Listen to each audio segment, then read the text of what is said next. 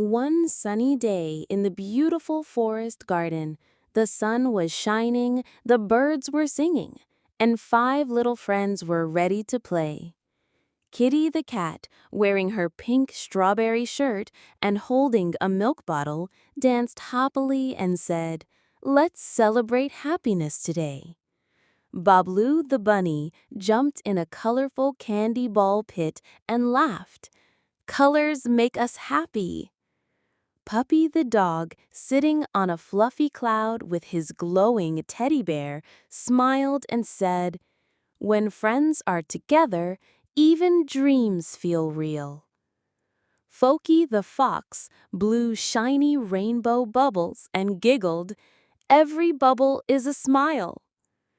Ducky the Duck, wearing a tiny raincoat, splashed in the puddles and cheered, "Dancing in the rain is the most fun." At the end, all 5 friends hugged each other and said together, "Friendship is the most beautiful color."